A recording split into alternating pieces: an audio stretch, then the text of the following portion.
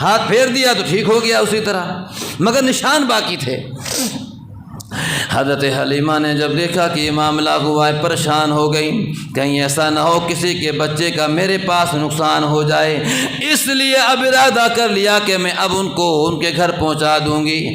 4 سال پورے ہونے پہ حضور پاک علیہ الصلوۃ والسلام کو حضرت آمنہ کے گھر پہنچا دیا، حضرت آمنہ کے گھر پہنچا دیا گیا۔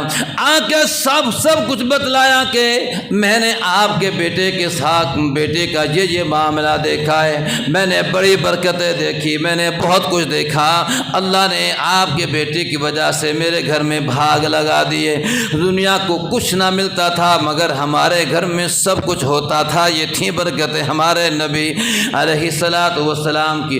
حضرت آمنہ فرماتی ہیں حلیمہ مجھے ان باتوں پہ کوئی تعجب نہیں، کیونکہ میں تو اپنے بیٹے کی اس سے بھی بڑی بڑی برکتیں دیکھ چکی ہوں، تو نے تو اب دیکھا، میں نے تو جب اپنے بیٹے کی برکتوں کو دیکھا جب یہ میرا بچہ پیدا بھی نہ ہوا تھا، اور میں نے اس وقت بھی برکتیں دیکھی، اور جب یہ بچہ میری گھولی میں آیا میں نے اس وقت بھی یہ برکتیں دیکھی، مجھے تیری باتیں بتانے پہ مجھے کوئی تعجب نہیں ہے۔ ہمارے نبی علیہ الصلوۃ والسلام اپنی ماں کے پاس آ گئے، 4 سال کے بعد اپنی ماں کے پاس رہنے لگے، وہاں کو وقت گزارنے لگے۔ 6 سال ہوئے تو حضرت آمنہ نے کہا کہ بیٹا محمد صلی اللہ علیہ وسلم چلا ہم مدینہ چلتے ہیں، چلو میں آپ کے ماموں سے آپ کی نانی وغیرہ سے ملا لاؤں، اور آپ کے باپ کی قبر بھی دکھا لاؤں آپ کو، کیونکہ تیرے باپ کا انتقال مدینہ میں ہو گیا تھا، مجھ سے کہہ کے گیا تھا کہ میں مدینہ میں کھجوریں لینے جا رہا ہوں، چند دنوں کے بعد وہ کھجوریں لے کے آ جاؤں گا، مگر اس کا وہیں انتقال ہو گیا تھا۔ اے میرے بیٹا تو ابھی وطن میں ہی تھا کہ وہ وہاں ان کا انتقال ہو گیا تھا، چلو میں ان کی قبر بھی دکھاتی ہوں اور تجھے تیرے ماموں سے بھی ملا لاتی ہوں، ننیحال بھی تیری ملاقات کرا لیتی ہوں۔ 6 سال کی عمر ہے، ہمارے نبی علیہ الصلوۃ والسلام آپ مدینہ میں آ گئے، آپ اپنے ماموں کے گھر آ گئے، اور آپ کی ماں نے آپ کے باپ عبداللہ کی قبر بھی دکھلائی، اور کہا اور کہنے لگے کہ عبداللہ کاش کہ تو دیکھے اللہ پاک نے اتنا خوبصورت بیٹا عطا فرمایا ہے، اتنا خوبصورت بیٹا عطا فرمایا ہے، آج تک کبھی دنیا نے اتنا خوبصورت بچہ نہیں دیکھا، مگر یہ کیسے ہو کہ تو اس پہ ڈالے نظر۔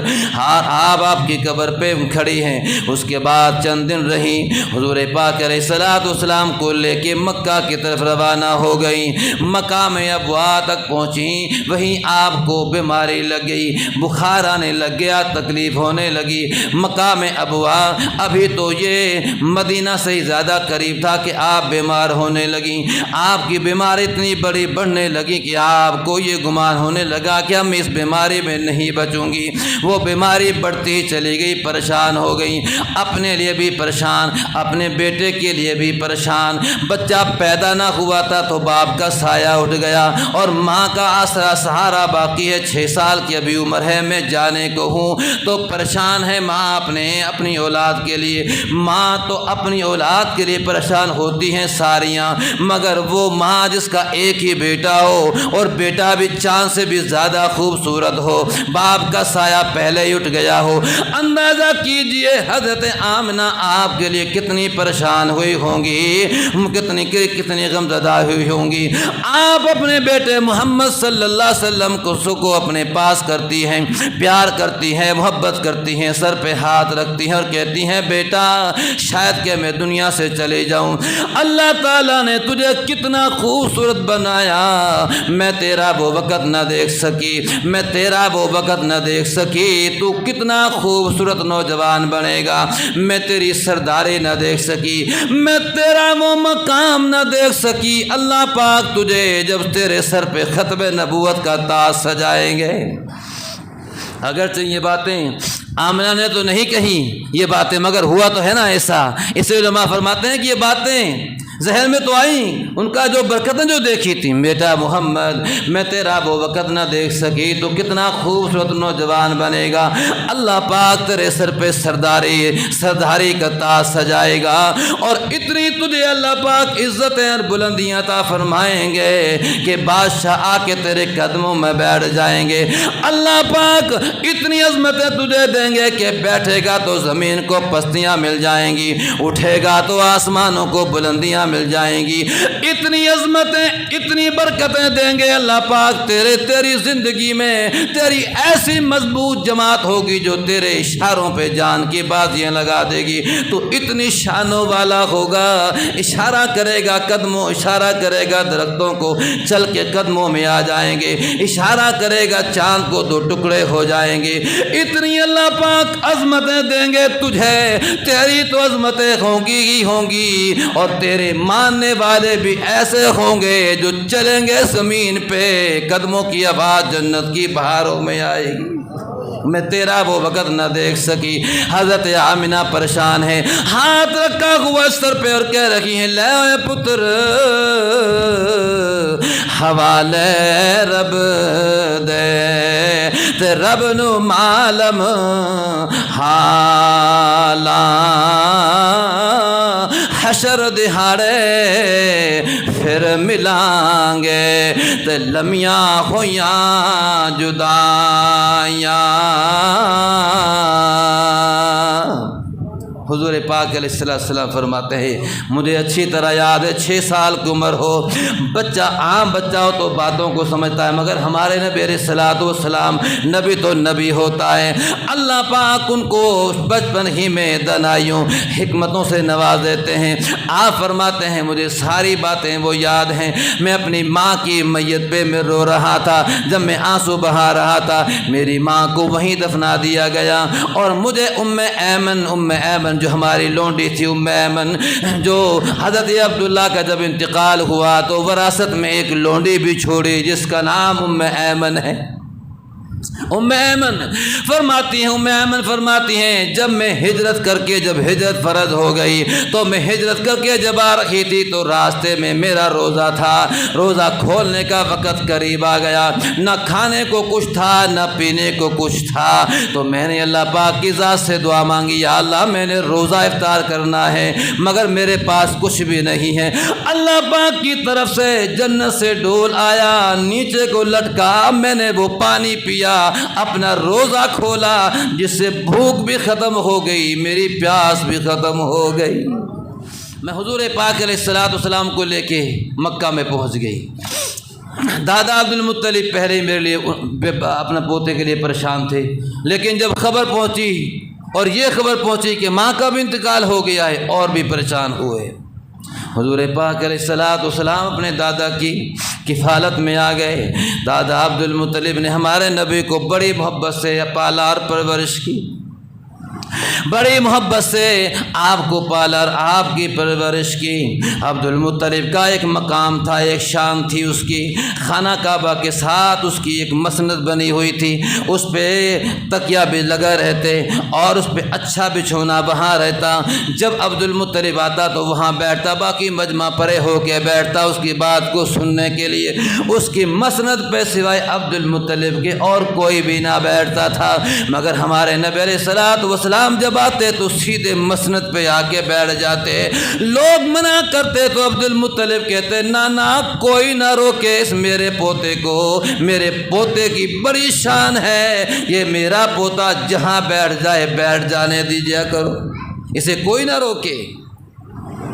8 سال ہوئی عبد المطلب، جب 8 سال ہوئی میرے نبی علیہ السلام کی عمر، عبد المطلب کا بھی انتقال ہو گیا، یہ سایہ بھی اٹھ گیا سر سے۔ حضور پاک علیہ السلام اپنے شفیق چچا ابو طالب کی کفالت میں آ گئے۔ حضور پاک علیہ السلام ابو طالب کی کفالت میں رہ رہے ہیں۔ ابو طالب نے بھی آپ کو بڑے اچھے طریقے سے پالا، آپ کا پورا دھیان رکھا، آپ کا پورا خیال کیا، پوری خدمت کی حضور پاک علیہ السلام کی، اور پورا ساتھ دیا آپ کا۔ 12 سال کی عمر ہوئی، ابو طالب شام کی طرف تجارت کی غرض سے چلا گیا، تجارت کی غرض سے جانے لگا، شام کی طرف روانہ ہوا تو حضور پاک علیہ الصلوۃ والسلام نے اصرار کیا کہ میں بھی آپ کے ساتھ جاؤں گا۔ 12 سال کی عمر ہے حضور پاک علیہ الصلوۃ والسلام کی، آپ نے اصرار کیا، ابو طالب آپ کو ساتھ لے گئے، آپ کو ساتھ لے گئے حضور پاک علیہ الصلوۃ والسلام کو۔ شام کا علاقہ قریب آیا، شام کا علاقہ قریب آ گیا، وہاں اس قافلے نے پڑاؤ کیا، ایک وہاں راہب، عیسائیوں کا ایک بہت بڑا راہب وہاں باہر اپنی کوٹھڑی بنا کے، اپنی جھونپڑی بنا کے اللہ اللہ کر رہا ہے۔ حضور پاک علیہ الصلوۃ والسلام کے مذہب سے پہلے رہبانیت بہت بڑی عبادت تھی، ہمارے دین سے پہلے، حضور پاک علیہ الصلوۃ والسلام کے دین سے پہلے رہبانیت بہت بڑی عبادت تھی۔ رہبانیت کیا تھی کہ شادی نہ کرے، دنیا سے تعلقات نہ بنائے، اور علیحدہ جنگل میں جا کے جھونپڑی بنا کے بس ساری زندگی اللہ اللہ میں گزار دے، ساری زندگی اللہ اللہ میں گزار دے، اس کو رہبانیت کہتے ہیں۔ لیکن آپ نے فرمایا میری شریعت میں رہبانیت نہیں ہے، میری سنت تو شادی کرنا ہے اور خود بھی دین کو اپنانا ہے، دین کو آگے پہنچانا ہے، خود بھی دین کو سیکھنا ہے اور دین کو آگے بھی پہنچانا ہے۔ فرمایا حضور پاک علیہ الصلوۃ والسلام نے سرسبز و شاداب رہے میرا وہ امتی، سرسبز و شاداب رہے میرا وہ امتی، جو میری حدیث کو سنتا ہے اور سن کے محفوظ کرتا ہے، پھر اس میری حدیث کو آگے پہنچاتا ہے۔ ہم نے رہبانیت نہیں، ہم نے دین کو سیکھنا ہے، اپنانا بھی ہے اور دین کو آگے پھیلانا بھی ہے۔ لیکن اس وقت یہ بہت بڑی عبادت تھی، عیسائی راہب باہر بیٹھ کے اللہ اللہ کر رہا ہے، مگر یہ قافلہ جب آیا اس نے پڑاؤ کیا، عیسائی نے دیکھا کہ جتنے بھی درخت ہیں کسی کو نظر نہیں آیا، مگر اس راہب چونکہ وہ اس وقت وہ سچا مذہب وہی تھا، اس وقت سچا مذہب وہی تھا، وہ حقیقت میں اللہ والا تھا، وہی دین تو صحیح تھا۔ اس اللہ والے کو اللہ پاک نے دکھلایا کہ جو بھی درخت اس نے دیکھا ایک 12 سال کے بچے کے لیے جھک رہا ہے، 12 سال کے بچے کے لیے عیسائی راہب دیکھ رہا ہے قافلہ۔ آج وہ راہب جس نے نہ کسی قافلے کو کبھی دیکھا، اس کے پاس سے کوئی بادشاہ بھی گزر جاتا تو کبھی اس نے پلک جھپک ان کے ایک نظر بھی نہ دیکھا، کیونکہ وہ اللہ والا تھا، چاہے جو بھی گزر جائے اس نے آج تک کسی کا حال نہیں پوچھا، نہ وہ پوچھتا تھا، کیونکہ وہ اس کا سارا وقت اللہ اللہ میں لگا تھا۔ مگر جب اس نے یہ معاملہ نظر جب دیکھی تو یہ معاملہ دیکھا تو باہر نکلنا پڑا، اور باہر نکل کے جب وہ قافلہ وہاں ٹھہرا تو پوچھا کہ قافلہ والو تمہاری میری طرف سے دعوت ہے؟ اس عیسائی راہب نے کہا قافلہ والو میری طرف سے تمہاری دعوت ہے۔ کھانا کھلایا، کھانا جب کھلایا بیٹھنے لگے، کھانا کھانے لگے تو حضور پاک علیہ الصلوۃ والسلام نظر نہیں آئے۔ آپ نے فرمایا ایک اور بھی ہے تمہارا بچہ، 12 جو بچہ عمر ہے جب وہ بھی ہے۔ کہنے لگا کہ وہ اونٹ چرا رہا ہے، فرمایا ان کو بھی بلاؤ۔ جب لایا گیا تو سایہ میں بیٹھے ہوئے تھے سب، حضور پاک علیہ الصلوۃ والسلام کے لیے سایہ میں جگہ نہ تھی، آپ اس جگہ بیٹھے جہاں دھوپ تھی۔ جیسے ہی ہمارے نبی علیہ الصلوۃ والسلام بیٹھے، درخت کی شاخ آگے بڑھی اور حضور پاک علیہ الصلوۃ والسلام پہ سایہ کر دیا، اس درخت کی ٹہنی نے حضور پہ سایہ کر دیا، اور وہ دیکھ رہا ہے، اس نے تو پہلے ہی دیکھا تھا۔ جو وہ راہب کہنے لگا، کھانا کھلایا اور وہ کہنے لگا کہ بھئی یہ کون ہے؟ ابو طالب نے کہا کہ میرا بیٹا ہے۔ کیا نام ہے تیرا؟ ابو طالب۔ تو کہا کہ پھر یہ تیرا بیٹا نہیں، اس بیٹے کے باپ کا نام تو عبداللہ ہے، اس کے باپ کا نام تو عبداللہ ہے۔ اور اس راہب نے حضور پاک علیہ الصلوۃ والسلام کا کرتا ہٹوایا، دیکھا تو مہر نبوت بھی موجود ہے۔ اس راہب نے کہا کہ ابو طالب یہ وہ بچہ ہے جس کے سر پہ اللہ پاک نے ختم نبوت کا تاج سجانا ہے، یہ آخری نبی بنے گا، یہ سارے نبیوں کا سردار نبی بنے گا، یہ وہ نبی ہے جس کے لیے ہمارے نبی عیسیٰ علیہ السلام کہہ کر گئے تھے، وَإِذْ قَالَ عِيسَى ابْنُ مَرْيَمَ يَا بَنِي إِسْرَائِيلَ إِنِّي رَسُولُ اللَّهِ إِلَيْكُمْ مُصَدِّقًا لِمَا بَيْنَ يَدَيَّ مِنَ التَّوْرَاةِ وَمُبَشِّرًا بِرَسُولٍ يَأْتِي مِن بَعْدِي اسْمُهُ احمد۔ عیسیٰ علیہ السلام جس کے بارے میں ہمیں کہہ کے گئے تھے کہ میرے بعد اب ایک نبی آئے گا، اس نبی کا نام احمد ہوگا، یہ وہ بچہ ہے جس کے مجھے ساری نشانیوں سے پتہ چل گیا ہے۔ اور فرمایا کہ جب تم آئے تھے تو کوئی درخت ایسا نہیں جس نے اس بچے کو سلامی نہ دی ہو، تو میں سمجھ گیا جس کو درخت سلامی دے رہے ہیں یہ وہی بچہ ہے جس کے سر پہ اللہ پاک نے ختم نبوت کا تاج سجانا۔ تو ہمارے نبی ایسے تھے، ہمارے نبی کی شان یہ تھی، ایسی عظمتوں والے تھے ہمارے نبی۔ اللہ پاک نے پہلے ہی دکھلا دیا کہ اس کے سر پہ ہم نے ختم نبوت کا تاج سجانا ہے، ایسی برکتوں والا بنا دیا اللہ پاک نے ہمارے نبی کو، اور ہمارے نبی کی زندگی قیامت تک کے آنے والے لوگوں کے لیے نمونہ بنا دی۔ یہ ساری بات سنانے کا مقصد یہ ہے ہم نے اپنے اس نبی کی زندگی کو اپنانا ہے جو اللہ پاک کو اتنے محبوب ہیں، اللہ پاک کو اتنے پیارے ہیں۔ تو اس راہب نے کہا کہ ابو طالب جہاں تم جا رہے ہو شام میں، شام یہودیوں کا گڑھ ہے، اور یہودی اس کو پہچان لیں گے، کہیں ایسا نہ ہو اس کو پہچان کے کوئی نقصان پہنچا دیں، تم ان کو یہیں سے واپس کر دو اور اس کو شام میں نہ لے کے جاؤ، ورنہ وہاں کے یہودی بڑے خطرناک ہیں، ہمارے ساتھی، ان کو نقصان پہنچا دیں گے۔ آپ کو یہیں سے واپس کر دیا، آپ کو یہیں سے واپس کر دیا۔ اتنے میں کچھ یہودی آئے، راہب نے کہا کہ کیسے پھر رہے ہو؟